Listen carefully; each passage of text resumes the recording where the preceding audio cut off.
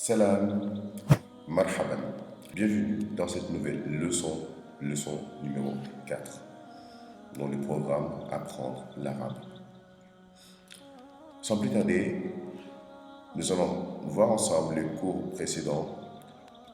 Donc, nous avons vu ensemble les sons doublés. Nous avons vu ensemble les accents doublés. Nous avons vu ensemble aussi les sons de chaque accent avec des exemples concrets. Nous avons aussi fait la découverte de fathatani ainsi que kasratani et des dhammatani et des exemples concrets sur chacune des prononciations, sur les prononciations de chacun de ces accents. Si vous n'avez pas encore suivi ce cours, je vous invite à aller le suivre avant d'entamer avec le cours d'aujourd'hui. Donc le thème d'aujourd'hui, nous allons faire la découverte des sons tirés en arabe et vous allez comprendre comment les sons sont tirés, pourquoi les sons sont tirés et quelles sont les conditions pour avoir un son tiré en arabe. Vous allez voir, ce n'est pas compliqué et c'est facile. Suivez-moi du début à la fin. Nous allons faire la découverte aussi des voyelles en arabe. Nous avons des voyelles en arabe qui nous permettent d'avoir des sons tirés et nous allons voir des exemples de sons tirés et la prononciation des lettres avec des sons tirés. Donc ici nous avons les conditions pour avoir un son tiré en arabe. La première condition, c'est la présence d'une voyelle. Nous devons avoir une voyelle parmi les lettres et cette voyelle-là doit être précédée par un accent correspondant. Chaque voyelle a un accent qui lui correspond.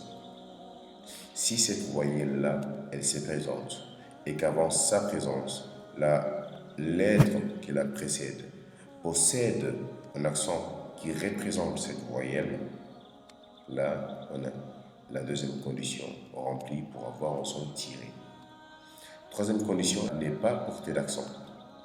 La voyelle ne doit pas porter d'accent, que ce soit fatha ou kasra ou dhamma, ou que ce soit fathatani ou kasratani ou dhammatani. Quatrième condition, ne pas porter de couronne. La couronne, c'est ce qui va nous donner ici le son forcé, comme on va le voir dans le cours suivant. Alors nous allons voir ici, nous allons découvrir les voyelles en arabe et ses accents correspondants.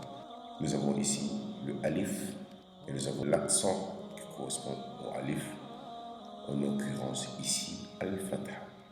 Pourquoi? Parce qu'il est toujours au-dessus de la ligne qui ici représente la lettre.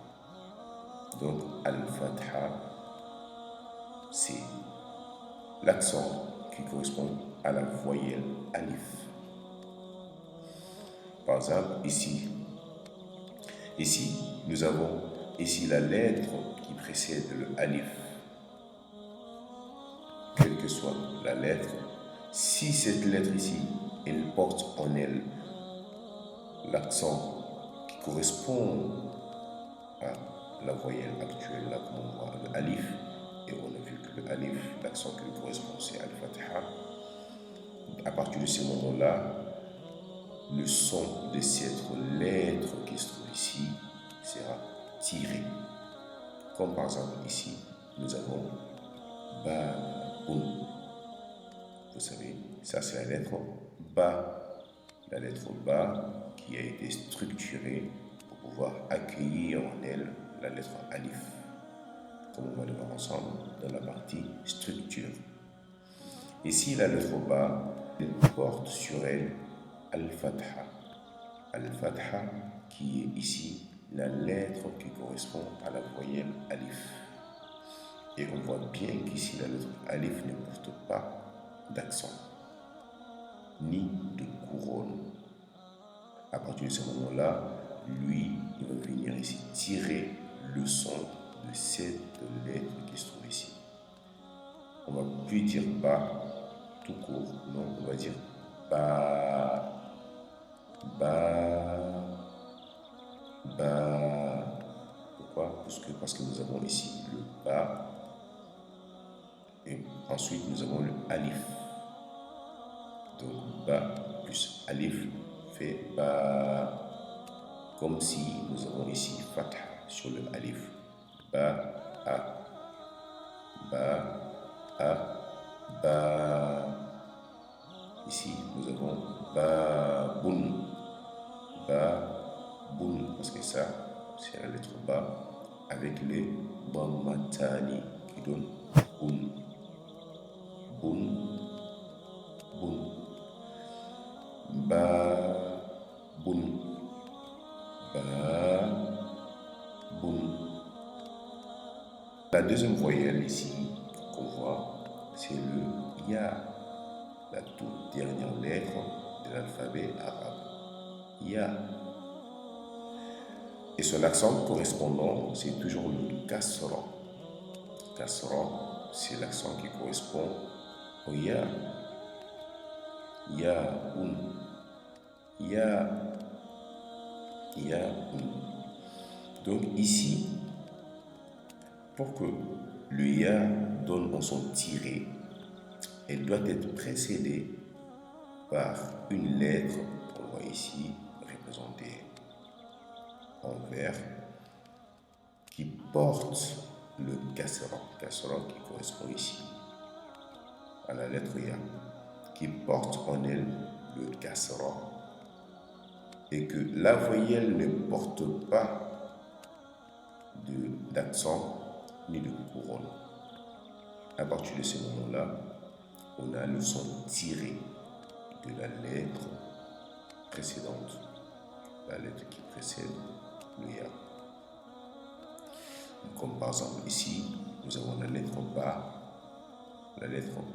ba qui a été structurée pour être collée à la lettre ya, qui a elle aussi été structurée, d'accord? Comme on va le voir ensemble dans la partie structure. Ce qu'il faut retenir ici, c'est pas la structure de lettres, mais le fait que le ya, lorsqu'il arrive après son accent correspondant et qu'elle ne porte pas d'accent ni de couronne, elle va juste donner le son tiré de la lettre qui la précède. Ici, c'est le bi. Nous avons le ba et le kasra, ça donne bi. Et avec le ya, on va donner plutôt bi. Nous aurons ici un son tiré. Bi, bi, bi, boun. Ça, c'est la lettre bod, avec dhammatani. Avec dhammatani ici, qui est sur la lettre bod, qui nous donne boun, boun, bi, boun, bi, boun, bi, boun. La troisième voyelle ici, nous avons la lettre waoun. Waoun, si elle est précédée par une lettre qui porte sur elle l'accent qui correspond à la lettre waou, nous pouvons voir ici que l'accent dhamma, elle correspond toujours à la lettre waoun. Alors s'il y a une lettre qui précède la lettre waoun et que cette lettre ici porte en elle l'accent qui correspond à la lettre waouh et que la lettre waouh lui-même ne porte pas d'accent, zéro accent sur la lettre, ni de couronne. Donc à partir de ce moment, la lettre ici va juste donner le son tiré. Par exemple, comme on voit ici, nous avons la lettre sin qui a été structurée pour pouvoir accueillir la lettre waouh. Ici, l'essentiel, ce n'est pas de se focaliser sur la structure, mais plutôt sur le fait que la lettre sin a porté sur elle l'accent dhamma. Et l'accent dhamma correspond à la voyelle waw. Ici, nous avons le waw qui ne porte pas de couronne ou qui ne porte pas non plus d'accent. À partir de ce moment, ce qu'il va faire, c'est qu'il va tirer ici le son de la lettre qui la précède. Sans le waw, ici, nous avons juste sou. Sou. Nous avons si, nun, plus le tom, ça donne sou. Sou. Mais vu qu'on a le waw qui vient en tant que voyelle, parce qu'elle ne porte pas de couronne ni d'accent, et que la lettre qui la précède porte sur elle un accent qui lui correspond, là, le son sera tiré. Ça ne sera plus sou, ça sera sou, sou, sou. Ici, nous avons la lettre dalou. Malheureusement, par erreur de frappe, nous n'avons pas le dammatani qui devrait être ici, mais que je vais rajouter tout de suite. Donc, nous avons ici le dammatani qui sont sur la lettre daloun, qui donne le son doun. Doun. Donc, ici, nous avons sou, doun. Sou, doun. Sou, doun. Donc, voici les conditions pour avoir le son tiré en arabe. Il faut savoir que l'alif, c'est toujours le fatha qui lui correspond.